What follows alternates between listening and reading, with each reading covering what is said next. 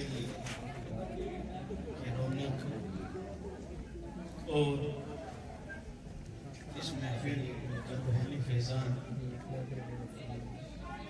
کلام اللہ کی تفہیم و مفاہیم اور حدیث پاک کی شرح ننھے بچوں نے جس طریقے سے کی ہے، میلاد مصطفیٰ کا ذکر جس طریقے سے بچوں نے کیا ہے، میں نے چند ایک بچوں کے پروگرام یہاں بیٹھ کر کے سنے۔ اللہ رب العزت کی بارگاہ میں دعا ہے کہ اللہ تبارک و تعالیٰ ان بچوں کے علم میں، عمر میں، عمل میں، زندگی میں برکتیں عطا فرمائے، اور اس سے بیشتر واقع میں مبارکباد کے لائق ہے اس مدرسہ فیضان مصطفیٰ کے صدر صاحب جناب احمد علی خان صاحب، ماشاءاللہ جس طرح سے نقیب صاحب نے ذکر کیا کہ وہ آ کر کے سنبھالتے ہیں، اور یہ اپنے آپ میں یہ بات ہوتی ہے۔ عموماً کسی جگہ پہ دیکھا جاتا ہے کہ بھئی تعلیم کا رزلٹ اتنا اچھا نہیں ہوتا، تو اس کی ایک وجہ ہوتی ہے کہ مدرسے کے جو ذمہ داران ہوتے ہیں وہ خود بے توجہی رکھتے ہیں۔ جب ان کی بے توجہی ہوتی ہے تو ظاہر سی بات ہے کہ جہاں پہ ڈھیل ملتی ہے وہاں پہ کچھ نہ کچھ نقصان ضرور ہوتا ہے، اور اگر اوپر سے ہی تھوڑا سا توجہ اور دھیان دارالعلوم یا مدرسے کی طرف ہو جائے تو میں اس بات کا یقینی ضامن ہوں کہ انشاءاللہ اس دارالعلوم کی یا اس مدرسے کی تعلیم میں اور ترقی میں مزید اضافہ ہوتا چلا جائے گا۔ تو ماشاءاللہ بہت مبارکباد کے لائق ہے، اور اس کے ساتھ ہی مدرسہ فیضان مصطفیٰ کے جو مدرسین ہیں، حضرت مولانا چاند محمد صاحب اور حضرت مولانا عثمان صاحب اور حافظ عبداللطیف صاحب اور ہماری دینی بہن علماء افسانہ بانو زیدہ مشدہون، اللہ رب العزت ان کے علم میں، عمل میں برکتیں عطا فرمائے۔ یہ ان کی کاوشوں کا نتیجہ ہے کہ علماء کرام یہاں اسٹیج پہ رونق افروز ہیں۔ یہ جانتے ہیں کہ جب بچہ آ کے اسٹیج پہ السلام علیکم کہتا ہے اسی وقت ہمیں پتہ لگ جاتا ہے کہ اس بچے پہ کتنی محنت کی ہوئی ہے، اور جب بچہ تقریر کرتا ہے تب تک تو ہمیں پورے استاد کی بھی ڈیٹیل پتہ لگ جاتی ہے کہ اس پہ کتنی محنت کی جا چکی ہے۔ اور ماشاءاللہ اس مدرسے کے بچوں کی جو زبانوں میں سلاست سے اور جو روانی تھی، وہ بچوں کی زبانیں فقط نہیں تھی بلکہ استاد کے محنتوں کی عکاسی کرتی تھی، اور واقع میں استاد محترم نے بڑی محنت اور کاوش کی ہے۔ ان بچوں کے رضا پوشی کے ذریعے ان کا اعزاز کیا ہے۔ ہمارے مشائخ کرام فرماتے ہیں کہ اگر ایک عورت دینی معاملات میں اپنے آپ کو سنوار لیتی ہے تو وہ اکیلی نہیں بلکہ پورے کے پورے خاندان کو سنوار دیتی ہے۔ آج کا جو دور دورہ ہے، سارے لوگ اسلام دشمنی میں کس لیے پڑے ہوئے ہیں معلوم ہے؟ اس کی وجہ یہ ہے کہ سب لوگ مسلمانوں سے دشمن کیوں بنے ہوئے ہیں پتہ ہے آپ کو؟ اصل میں اگر سارے کے سارے لوگ مسلمان اور دین کی طرف آ جائیں گے نا تو سٹوں اور جواریوں کی دکانیں اپنے آپ بند ہو جائیں گے، شراب خانے اپنے آپ بند ہو جائیں گے، عیاشی کے اڈے اپنے آپ بند ہو جائیں گے، اور جب ساری بچیاں اسلام پر عمل کرتے ہوئے اپنے آپ کو پردے میں ڈھانپ لیں گے، اپنے آپ کو محفوظ کرنے کے لیے، اپنی عزت کی حفاظت کرنے کے لیے اپنے دین پر عمل پیرا ہوگی، تو زمانے میں وہ لوگ جو عیاشیوں کے اڈے کھولے ہوئے ہیں، زمانے میں وہ لوگ جو ننگے پن کو آزادی کا نام لے کر کے اپنے برانڈز بیچ رہے ہیں، ان لوگوں کی سب کی دکانیں بند ہوئی ہیں۔ اس لیے اسلامی تعلیم ہونا بہت ضروری ہے۔ آپ دیکھیں کہ اگر یہاں راستے میں کسی کو راستے میں 20 لاکھ روپے مل جائے اور وہ اٹھا کر کے دیکھے، اگر وہ لالچی انسان ہے تو وہ اٹھا کر کے لے کے بھاگے گا، اپنے گھر میں چھپا کر کے رکھ لے گا، لیکن اگر اس کے دل میں تعلیمات اسلام ہے تو وہ جو اس کا حقدار ہے، جو ان پیسوں کا مالک ہے، اس تک پہنچا کر کے آئے گا۔ فرق ہوتا ہے اسلامی تعلیم کا دنیاوی تعلیم کا. میں الحمدللہ میں نے اسکول لائف اور کالج لائف اور یونیورسٹی لائف الحمدللہ ساری لائف گزار کر کے زندگی گزار کر کے دیکھی. میں اسکولوں میں بھی بہت گیا ہوں, میں نے کالجز لائف تو بہت دیکھی, یونیورسٹیز میں میرا پڑھنا ہوا ہے. دونوں کا فرق میں نے اپنی زندگی میں جو محسوس کیا حضرت وہ سچی بات ممبر رسول سے نہیں کہہ رہا. دونوں کا فرق کیا ہے؟ دونوں کا فرق یہ ہے کہ اسکول لائف آپ کو یہ تو بتا دے گی کہ ماں باپ کا آدر کرنا چاہیے, اس کی ہیڈ رائٹنگ ڈال دی جائے گی, بڑوں کا آدر کرو, ہیڈ رائٹنگ ڈال دی جائے گی. لیکن فقط مذہب اسلام کی تعلیمات وہ ہے جو آپ کو پہلے پریکٹیکل کرواتی ہے پھر اس کا حکم دیتی ہے. نبی پاک صلی اللہ تعالی علیہ وسلم نے پہلے کر کے دکھایا ہے پھر امتیوں کو حکم دیا ہے. ہمارے بزرگوں نے پہلے کیا ہے پھر امت کو حکم دیا ہے, پھر اپنوں کو بتایا. تعلیمات اسلام کا فرق ہے.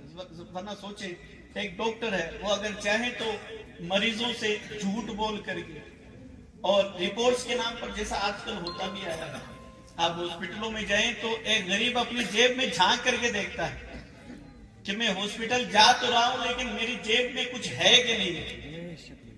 لیکن یقین جانیے اگر انہی ڈاکٹرز کے دل میں اسلامی تعلیمات ہوگی تو وہ جو بھی اپنا کام کرے گا ایمانداری کے ساتھ کرے گا. اسلامی تعلیم دنیا میں پیس اور دنیا میں امن و امان قائم کرنے کے لیے نہایت ضروری ہے.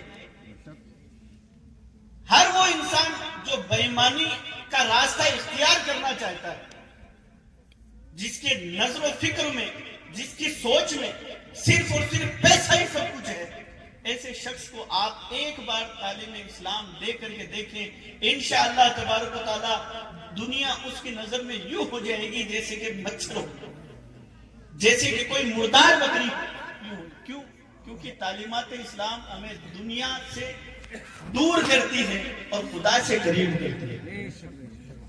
یہ نبی پاک صلی اللہ تعالی علیہ وسلم کی تعلیم کا اثر ہے کہ ایک صحابی فجر سے پہلے مسجد نبوی کی طرف تشریف لے جا رہے ہیں. سخت اندھیرا ہے اور اس اندھیرے میں کسی عورت کا ہاتھ ان کو لگ گیا. ظاہر سی بات ہے پہلے لائٹ کا سسٹم تو تھا ہی نہیں. آپ لیول دیکھیں کہ تعلیم جب عام ہوتی نا, دین کی تعلیم, تو معاشرے میں یوں امن و امان قائم ہوتا ہے. اللہ اکبر. اندھیرے میں غلطی سے ان کا ہاتھ لگ گیا اور اس عورت نے بآواز بلند کی, اے خدا کے بندے, خدا سے ڈر. جب اتنی آواز آئی انہوں نے بآواز بلند اللہ اکبر کہا. جب ان کو معلوم ہوا کہ کسی عورت کا ہاتھ, انہوں نے بآواز بلند اللہ اکبر کہا اور وہیں بے ہوش ہو کر کے گر گئے. دیکھیں اندھیرا ہے, کوئی دیکھنے والا نہیں, کوئی پوچھنے والا نہیں, لیکن نبی پاک صلی اللہ تعالی علیہ وسلم نے تعلیم کا وہ جوہر ان کے سینوں میں ڈالا کہ ان کے سینے تو روشن تھے ہی, ساتھ میں جو ان کے قریب ہے اللہ نے ان کے سینوں کو بھی روشن کر دیا. تعلیم اسلام کا فرق ہوتا ہے کہ آدمی اگر تعلیمات اسلام پر عمل کرے, سود کے سارے بازار بند ہو جائیں, سود کے سارے بازار بند ہو جائیں, سودی رقم لینے والے, سود کھانے والے سب کے سب بند ہو جائیں. اب آپ دیکھیں جو سود کا کاروبار کرتے ہیں ملا مولویوں سے دور بھاگتے ہیں, ان کی کوئی خاندانی لڑائی نہیں ہوتی. بات ہوتی ہے تعلیمات اسلام کی. اگر ان کے سینوں میں دین کی تعلیم ہوگی تو وہ یہ سمجھیں گے کہ کسی کی مجبوری کا فائدہ اٹھایا نہیں جاتا ہے, بلکہ کسی مجبور کی مدد کر کر کے اسے گڑی سے نکال کر کے کھیتوں میں لایا جاتا ہے. اسے محنت کشی اور اس کو غربت کے گڑے سے نکال کر کے اسے عزت کے میدان میں لا کر کے کھڑا کیا جاتا ہے کسی کے مجبور. تو دینی تعلیم ہونا یہ ہمارے لیے بہت ضروری ہے. آپ دیکھ رہے اگر آپ کا لڑکا آپ کو ادب کے ساتھ میں ہاتھ یوں رکھ کے گلاس پکڑا رہا نا, سمجھ لو یہ کسی عالم دین کی خدمت کا نتیجہ ہے جو آپ کو اتنے ادب کے ساتھ پانی دے رہا ہے.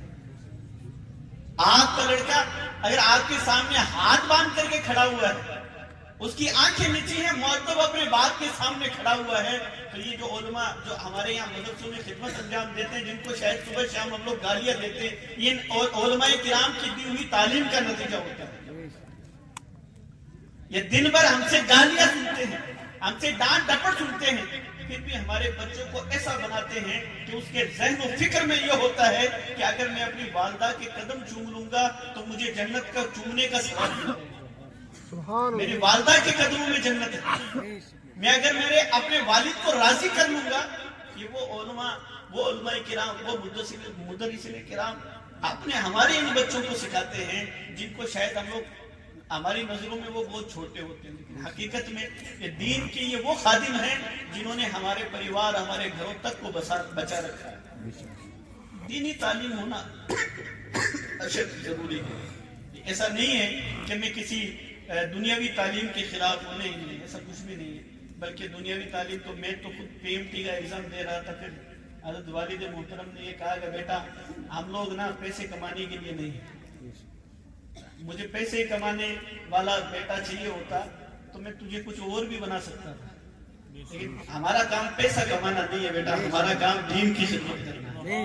سبحان اللہ، سبحان اللہ۔ فائنل ایگزام تھا میرا اس وقت میں، کچھ حادثہ بھی ہو گیا تھا، میرا وہ چھوٹ گیا تھا۔ پی ایم ٹی کا ایگزام کی تیاری اس وقت، ابھی تو نیٹ وغیرہ ہو گیا، اس وقت میں پی ایم ٹی تھی، پری میڈیکل ٹیسٹ، یہ ہوتا تھا ڈاکٹرز کے ایگزام کے لیے۔ تو اس وقت میں کوئی ہمارے خاندان میں کوئی حادثہ ہو گیا تو میرا چھوٹ گیا تھا، میں نیکسٹ تیاری کے لیے جا رہا تھا، حضرت سے اجازت لینے کے لیے گیا تو حضرت نے کہا کہ بیٹا یہ ہے کہ دیکھو تو عالم بھی بن گیا، اس وقت میں عالمیہ سے بھی فارغ ہو گیا، عساقیہ سے بھی میری فراغت 2008 میں ہوئی، عالمیہ میں فارغ ہوا، پھر تقریباً 10 کے بعد میں پھر میں نے پری میڈیکل کی ٹیسٹ کی تیاری کی، تو ایک بار چھوٹ گیا تھا، کوئی حادثہ ہو گیا تھا ہمارے وہاں ننیال میں۔ دوسری مرتبہ جب میں حضرت سے اجازت لے کر کے جانے لگا تو حضرت نے یہ کہا کہ بیٹا دیکھ تو عالم بن گیا، میری خواہش تو پوری ہو گئی، لیکن ایک بات میں اپنے دل کی بتا دوں کہ میں نا تجھے پیسہ کمانے والا نہیں بنانا چاہتا، ہم لوگ پیسہ کمانے کے لیے نہیں ہیں، بلکہ ہم لوگ جو بھی ہے نا میں دین کی خدمت کرنے کے لیے کرتے ہیں۔ سبحان اللہ، سبحان اللہ، سبحان اللہ۔ میرے والد نے مجھ سے یہ کہا تھا جب میں کام کرنے کے لیے جا رہا تھا، کہا بیٹا تو دنیا کیا کمائے گا، تو دین کی خدمت میں لگ جائے، اور آج بیٹا میں تجھ سے کہہ رہا ہوں کہ بیٹا تو پیسے کمائے گا یہ کیا کرے گا، دین کی خدمت میں لگ جائے۔ اور یقین جانیے ان چند جملوں نے میری دل کی دنیا بدل دی۔ صاحب رکھ دیا تھا تو ایک دم قسمت پلٹ کر کے مجھے لے کے آتی ہے، اور میں جے پور سے یہاں آیا، اور آنے کے بعد صرف ایک جملے نے قسمت بدل دی۔ جب میں نے بستر باندھا واپس جا رہا تھا میں کام پر، تو میرے والد صاحب قبلہ جو 4.25 سال سے تشریف لائے تھے کلکتہ سے، تو انہوں نے فرمایا بیٹا کیا بات ہے، کیسے بستر باندھا؟ میں نے کہا میں جاؤں گا جے پور، مجھے جا کے اپنی ڈیوٹی کرنی ہے، سنبھالنی ہے، کل سے میری واپس ڈیوٹی ہے۔ تو فرمایا بیٹا ابھی سے تمہیں کمانے کی کیا لگی ہے، تم سے ہو سکے تو کوئی دین کا کام کرو۔ کیا فرمایا؟ یہ ایک ہی جملہ تھا بس، اتنا سادہ جملہ، اتنی سادی گفتگو کا بیٹا تم سے ہو سکے تو دین کا کام کرو۔ یہ دنیا کا کام تو ساری دنیا کرتی ہے اور اس کا تو کوئی انت نہیں، فرمایا تم سے ہو سکے تو دین کا کام کرو۔ اور میرا بستر واپس کھول دیا انہوں نے، کہا نہیں اپنے نہیں جانا، دین کا کام کرو۔ اس دن واپس ادھر رخ کیا تھا، اللہ کی قدرت ہے کہ وہ راستہ اور وہ کامیابی ملتی چلی گئی کہ آج ان بزرگوں کا فیوز و برکات یہ ہیں کہ الحمدللہ ثم الحمدللہ 20 مفتیوں کے درمیان میرا بیان ہوتا ہے، ہزاروں کی مجلس میں میرا بیان ہوتا ہے، تو بہت کچھ اللہ تعالیٰ نے عطا فرمایا، یہ سب ان بزرگوں کا فیضان ہے۔ اور میرے دین کی دنیا بدل دی۔ آج بھلے ہمارا سامنا، ہماری ملاقات جو ہوتی ہے ڈاکٹر سے بھی ہوتی ہے، انجینئر سے بھی ہوتی ہے، ہمارا مان لیجیے ممبئی کلکتہ اس سائڈ میں جب جانا ہوتا ہے اچھے ایجوکیٹڈ ایریا سے بھی ہوتی ہے۔ میں نے اپنی آنکھوں سے دیکھا ہے کہ باپ بیٹے کے سامنے بیٹھ کر کے یوں بات کرتا ہے جیسے کہ وہ بات کی کچھ ہر بار تم کو سمجھا دیا پھر بھی تم نے یہ کام کر لیا، بات کتنی تھی بس اس کو 10,000 کا نقصان ہوا۔ ارے نالائق، اگر تیرے پاس دین کی تعلیم ہوتی تو تو جانتا کہ 10,000 باپ کی ناراضگی سے بڑھ کر ہے کیا،